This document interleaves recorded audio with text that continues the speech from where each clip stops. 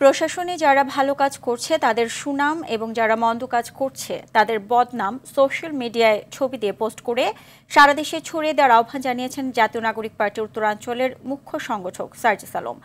দুপুরে দিনাজপুরের বিরল উপজেলার বকুলতলা মোড়ে এনসিপির পথসভায় তিনি এ আহ্বান জানান। এ সময় তিনি আরও বলেন, অনেকে মামলা দিয়ে মানুষকে হয়রানি করছে, থানায় ও ভূমি অফিসে এখনও ঘুষ বাণিজ্য চলছে। দেশের জনগণকে আওয়াজ তুলতে হবে, তা না হলে জুলাই আন্দোলনের যে চেতনা তা সফল হবে না বলেও মন্তব্য করেন সার্জিস আলম। একজন চাঁদাবাজ সে যেই দলেরই হোক না কেন, তার দলের যত ক্ষমতাই হোক না কেন, তাদের বিরুদ্ধে আমরা দাঁড়িয়ে যাব।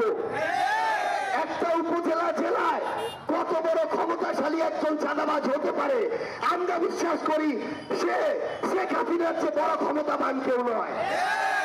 তাহলে ওই শেখ হাসিনার যদি পতন হতে পারে, এরকম জেলা উপজেলার 2-4 জন ছেঁচড়া চাঁদাবাজের পতন সম্ভব।